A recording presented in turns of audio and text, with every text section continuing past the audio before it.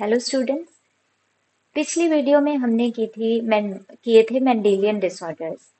तो आज हम करेंगे क्रोमोसोमल डिसऑर्डर्स। स्टे ट्यून्ड और हियर वी गो।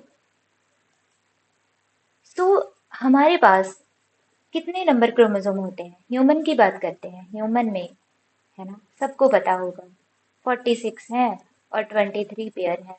यस है हमारे पास। तो ये फर्स्ट लाइन उन्होंने ऐसे ही बता दी।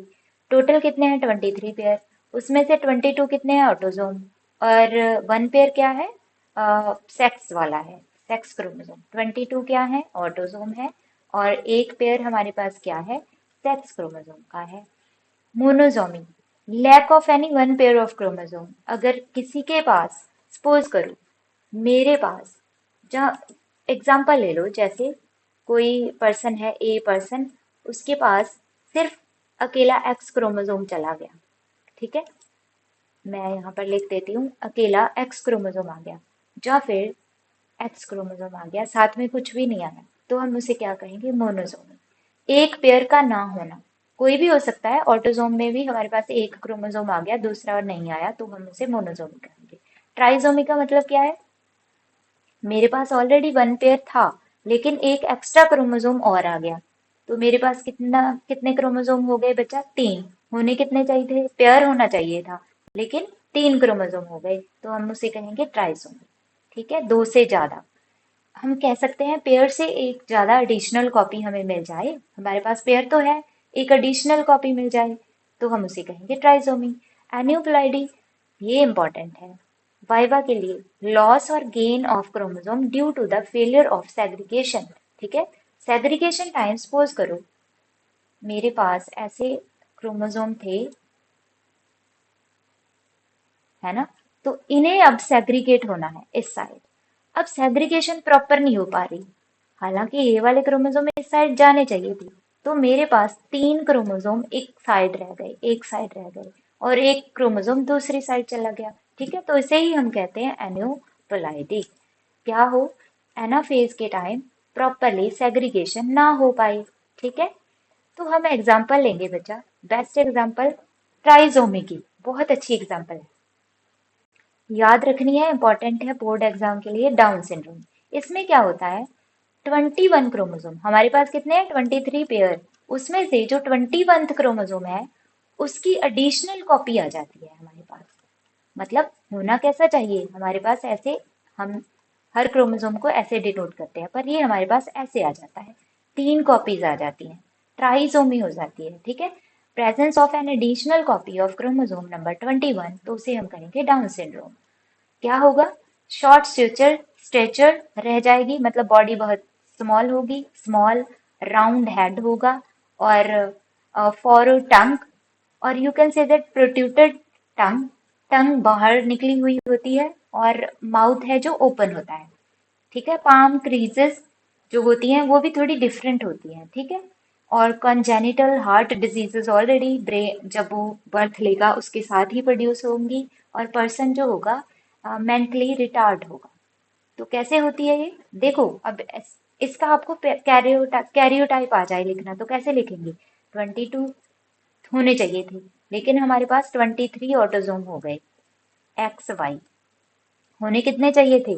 46, पर एंड में कितने हो गए हमारे पास? 46, सॉरी 47 हो गए। दोबारा सुन लो, 23 तो हमारे ऑटोजोम आ गए।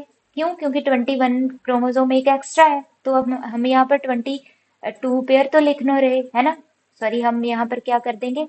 43 लिखेंगे, पेयर में मत लिखो, कंफ्यूजन होगी। 43 है ना, साथ में हम एक्स वाई लिख देंगे यहाँ पर।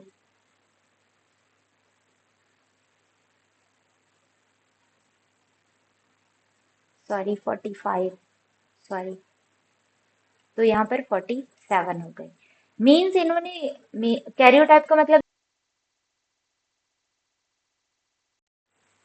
कैरियोटाइप का मतलब ये है बच्चा कि अगर पेपर में आपसे पूछ लिया तो आप लिखोगे कि 45 प्लस एक्स वाई, मतलब हमारे पास 47 क्रोमोसोम हो गए। ठीक है, तो ये हमारा डाउन सिंड्रोम हमने कर लिया। अब नेक्स्ट हम टॉपिक करेंगे बच्चा, this one is a Klinefelter syndrome. Klinefelter syndrome, ठीक है, ऊपर वाला ऑटोसोम के साथ था, लेकिन ये है सेक्स क्रोमोसोम के साथ, है ना, डिसऑर्डर है जिसे क्लेनफेल्टर कहते हैं, ठीक है।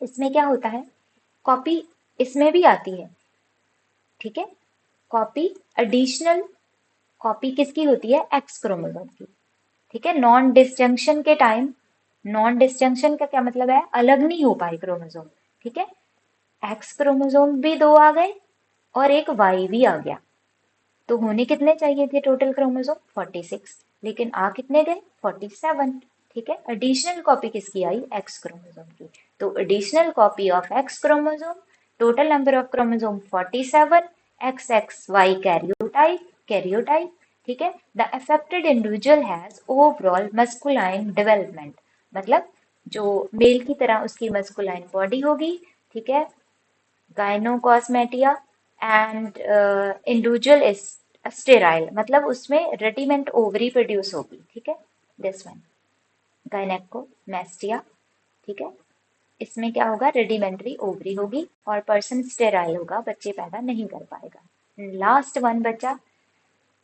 So this is the Turner syndrome. Turner syndrome में क्या होगा, एक्स क्रोमोसोम की एक कॉपी ही हमारे पास होगी, ठीक है। इसमें भी नॉन डिसजंक्शन होगा क्योंकि एक साइड तो तीन हो चली गई, ठीक है, एक साइड एक ही रह गया, तो जिस साइड एक रह गया वो इंडिविजुअल जब बनेगा तब वो टर्नर सिंड्रोम शो करेगा, ठीक है। आप यहाँ पर नोट्स में से पढ़ सकते हो, इसमें क्या लिखा है, absent of one x chromosome, female है, फीमेल है, लेकिन उसके पास एक एक्स क्रोमोसोम नहीं है, नहीं है, ठीक है, तो कितने रह गए, 44 तो पहले थे और साथ में एक्स हो, मतलब 45 ही क्रोमोसोम रह जाएंगे, और अफेक्टेड फीमेल स्टेराइल होगी, रेडिमेंट्री ओवरीज होंगी और सेकेंडरी सेक्सुअल कैरेक्टर्स एब्सेंट, ठीक है, एब्सेंट हो जाएंगे। This is about all about of this chapter बच्चा, इट इज क्रोमोसोमल डिसऑर्डर जो हमने अभी किए हैं, रिवाइज करते रहना, ठीक है। रेडिमेंट्री ओवरीज बच्चे टर्नर सिंड्रोम में आएंगी, सॉरी ये क्लेनफेल्टर में नहीं आएंगी, इसमें तो गायनेक्टोमेस्टिया ही याद रखें आप, ठीक है, yes, this is all about, पढ़ते रहें, टेक केयर।